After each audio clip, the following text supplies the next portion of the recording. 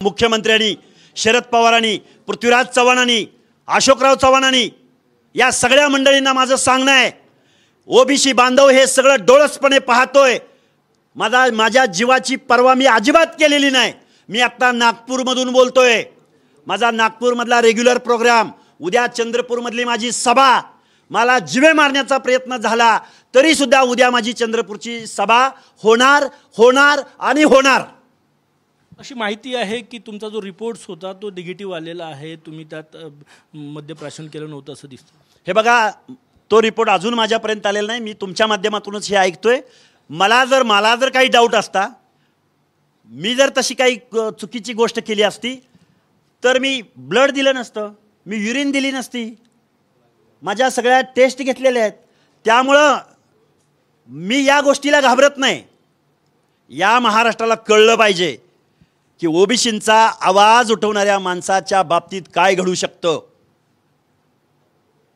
पुढची काय, या मागे कोण आहे असं वाटतंय तुम्हाला? या पाठीमागे जरांगे आहेत, या पाठीमागे मिस्टर संभाजी भोसले आहेत। अरे संभाजी भोसले, अरे रयतेचा राजा छत्रपती शिवाजी महाराज कुठं? अरे राजर्षी शाहू राजा कुठं? आणि एका जातीच्या आंदोलनाला फूस लावणारा संभाजी भोसले कुठं? हे कायद्याचं राज्य आहे, हे लोकशाही आहे, इथं राजेशाही नाही। हे लोकांसाठी चालवलेलं राज्य आहे। आणि ओबीसीचा हक्क अधिकार जर या महाराष्ट्रामध्ये डावलला जाणार असेल तर त्याच्या विरोधामध्ये हा लक्ष्मण हाके ठामपणे उभा असेल। जरांगे पाटील किंवा संभाजीराजे या मागे आहे, याचा आधार काय आहे? म्हणजे काय रात्री घोषणा दिलेल्या आहेत त्यांनी। आणि मागचा इतिहास पहा ना, छगनराव भुजबळांच्या गाडीवर चाल करून जाणारा तो जाधव नावाचा कोणतरी एक भेकड, अरे हल्ला करायचा तर होतास ना तू।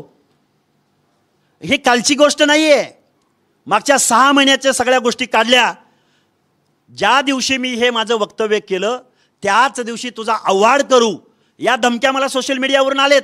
एका तासाला 100 कॉल धमक्यांचे मला आलेले आहेत।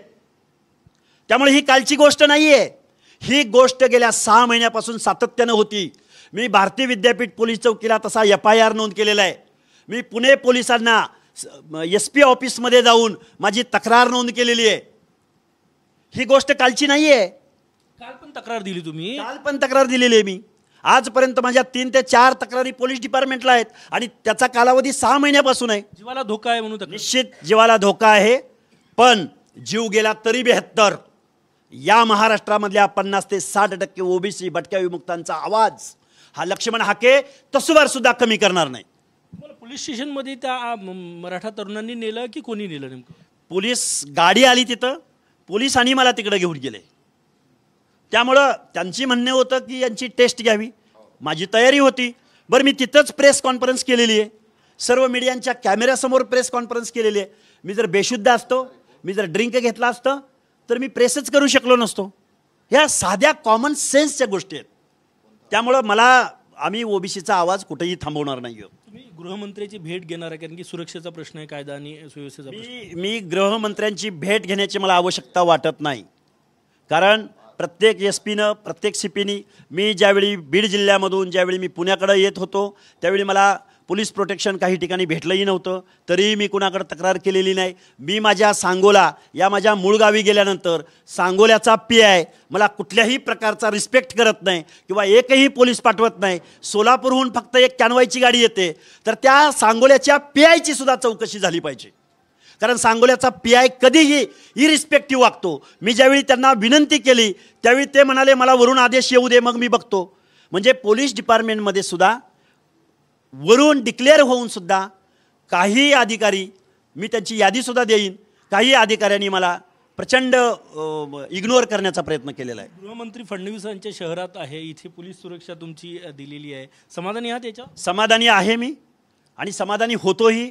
डिपार्टमेंटबद्दल माझी कुठलीही तक्रार नाही, पण माझं म्हणणं एवढंच आहे की चळवळी लढणारा एखादा कार्यकर्ता जर झुंडशाहीच्या जोरावर, धमकीच्या जोरावर, बदनामीच्या जोरावर कुणाचं मॉरल डाऊन करण्याचा जर कोणी प्रयत्न करत असाल तर लक्ष्मण हाके हा वाघिणीचं दूध प्यालेलं, म्हणजेच बाबासाहेबांच्या संविधानाचं, समतेचं, अधिकाराचं, तत्वांचं, प्रियांबलचं, घटनात्मक अधिकारांचं, मूल्यांचं दूध पिलेला हा कार्यकर्ता आहे। त्यामुळे जीवावर जान हातेली पे लिया है मैंने, त्यामुळे मी कुणालाही घाबरणार नाही आणि असल्या चेल्या चपाट्यांना तर अजिबात घाबरणार नाही. हे कायद्याचं राज्य आहे, हे संविधानाचं राज्य आहे आणि ही लोकशाही आहे. इथं ठोकशाही नाही, इथं राजेशाही नाही, इथं सर्वसामान्य लोकांची ही लोकशाही आहे. हे मला या महाराष्ट्रातल्या सर्व लोकांना, सर्वसामान्य जनतेला मला ठासून सांगायचं आहे. जरांगे पाटलांना चपटीवाले म्हणून त्यांच्यावर आरोप होत होता, आता तुम्हाला बिअरवाले म्हणून चर्चा सुरू झाली. हे बघा, कोणी काही करेल, कोणी वडापाव काढला, कोण बिअरवाले म्हणेल, कोणी काही म्हणेल. मला या गोष्टीची मॉर्फिंगचा जमाना आहे हा. तुम्ही सगळं बघा ना. जर तुमची उद्या मेडिकल टेस्ट जर निगेटिव्ह येत असेल तर 2 दिवस जो तुम्ही धिंगाणा घातला आहे मीडियावरती, त्याचं प्रायश्चित्त कोण घेणार? त्यामुळे या गोष्टींची फिकीर मी करत नाही. कालचे जे मराठा तरुण होते त्यांच्यावर कारवाई व्हावी अशी मागणी करणार. कारवाई करो अथवा नाही करो, या महाराष्ट्राच्या मुख्यमंत्र्यांना, या महाराष्ट्राच्या 2 उपमुख्यमंत्र्यांना आणि या महाराष्ट्रातल्या सर्व आमदार खासदारांना माझी विनंती आहे. या महाराष्ट्रामध्ये ओबीसी नावाचा प्रवर्गसुद्धा राहतो. या महाराष्ट्रामध्ये बलुते, आलुते, भटक्या विमुक्त जाती जमाती राहतात.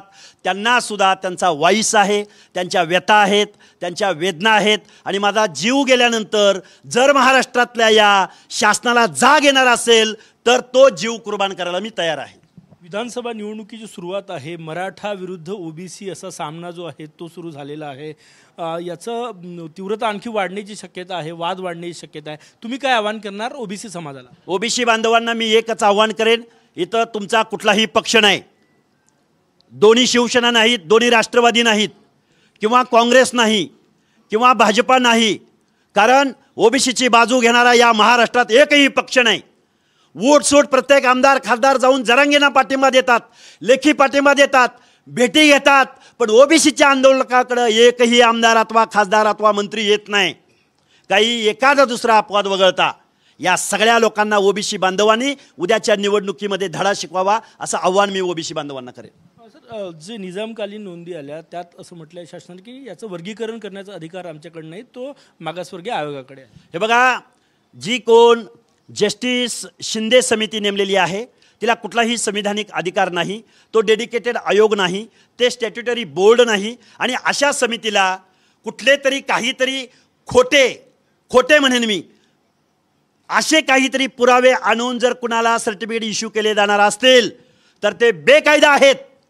असं कुठल्याही जस्टिस शिंदे समितीला अधिकार नाहीत. आणि अशी प्रमाणपत्र इश्यू करण्याचा अधिकार महाराष्ट्राच्या मुख्यमंत्र्यांना नाही, JR काढण्याचा अधिकार नाही. त्यामुळं मी वारंवार या महाराष्ट्राच्या मुख्यमंत्र्यांना सांगत आहे, असा जर JR काढाल तर ती माझ्या मराठा बांधवांची फसवणूक असेल. जे गायकवाड आयोगाच्या बाबतीमध्ये झालं, जे राणे समितीच्या बाबतीमध्ये झालं, तेच या एकनाथ शिंदे या मुख्यमंत्र्यांच्या या शिंदे समितीच्या बाबतीत होईल. कारण त्याला लॉजिकली, कायदेशीर, संविधानात्मक कुठलाही अधिकार नाही. ज्या निजामकालीन नोंदी आहे त्या सामूहिक आहे, वैयक्तिक नाही. त्याचा उकल केल्यास त्यांना मागासवर्गीय प्रमाणपत्र देण्यास फायदा होईल असंही अहवालात म्हटलं. अजिबात नाही.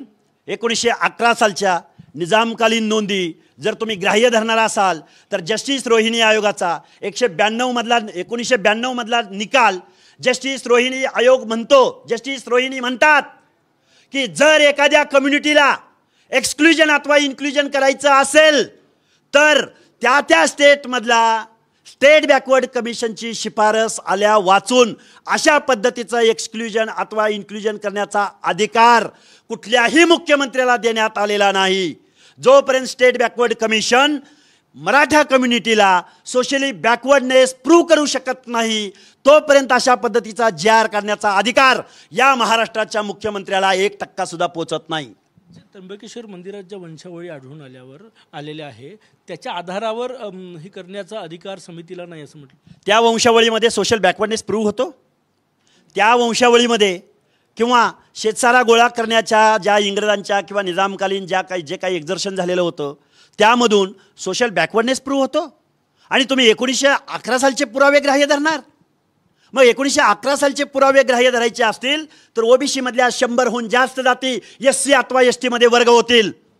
या गोष्टीला जबाबदार आहेत का महाराष्ट्राचे मुख्यमंत्री? त्यामुळं अशा पद्धतीचा कुठलाही अधिकार या महाराष्ट्राच्या मुख्यमंत्र्यांना नाही. ओबीसी बहुसंख्य असलेल्या विदर्भात तुम्ही आता आहे, विदर्भातल्या ओबीसी नेत्यांची भेट घेणार काही? विदर्भामधल्या सर्व ओबीसी बांधवांना माझी कळकळीची विनंती आहे आत्ताचं ओबीसीचं आरक्षण हे टिकलं पाहिजे आणि हे आरक्षण टिकवण्यासाठी तुम्ही पुढं आलं पाहिजे ही विदर्भामधल्या ओबीसींना माझी कळकळीची विनंती आहे. जेवढ्या म्हणून संघटना आहेत, संघटनांचे प्रमुख आहेत, आमदार आहेत, खासदार आहेत, त्या सगळ्या लोकांना माझी कळकळीची विनंती आहे. सामाजिक न्यायाचं, सामाजिकदृष्ट्या मागासवर्गीयांचं ओबीसी आरक्षण जर टिकायचं असेल तर तुम्हाला संविधानाची भूमिका घ्या. लक्ष्मण हाके काय म्हणतोय याच्याकडे अजिबात तुम्ही लक्ष देऊ नका. पण संविधान काय म्हणतं, सामाजिक न्याय काय म्हणतो, कॉन्स्टिट्यूशन काय म्हणते, ही तरी भूमिका तुम्ही ॲटलिस्ट पुढं घ्या. निवडणुका डोळ्यासमोर ठेवून तुम्ही वागू नका. नाहीतर ओबीसी सुद्धा आपलं मतदान कोणाला करायचं याची भूमिका येऊ घातलेल्या निवडणुकीमध्ये निश्चित घेऊ शकतो. शेवटचा प्रश्न माझा, काल जी घटना घडली, तुमच्यावर हल्ला झाला, तुम्ही म्हणतात की जीवे मारण्याचा प्रयत्न केला, त्यानंतरही लक्ष्मण हाके यांची चळवळ आंदोलन सुरूच असणार की? मी रात्री 1 वाजता पोलीस स्टेशनमध्ये होतो कोंडव्याच्या. 12 ते 1च्या दरम्यान मी सिव्हिल हॉस्पिटलमधून डायरेक्ट एअरपोर्टला आलो. एअरपोर्टवरून मी डायरेक्ट नागपूरला आलो आहे. 10 मिनिटसुद्धा झोप न घेता मी प्रेसला सामोरं जातो आहे. त्यामुळं लक्ष्मण हाके हा कार्यकर्ता कधीही थांबणार नाही. तलवारीचे वार झाले तरी थांबणार नाही, गोळ्या घातल्या तरी थांबणार नाही. महाराष्ट्रातल्या अर्ध्याहून जास्त लोक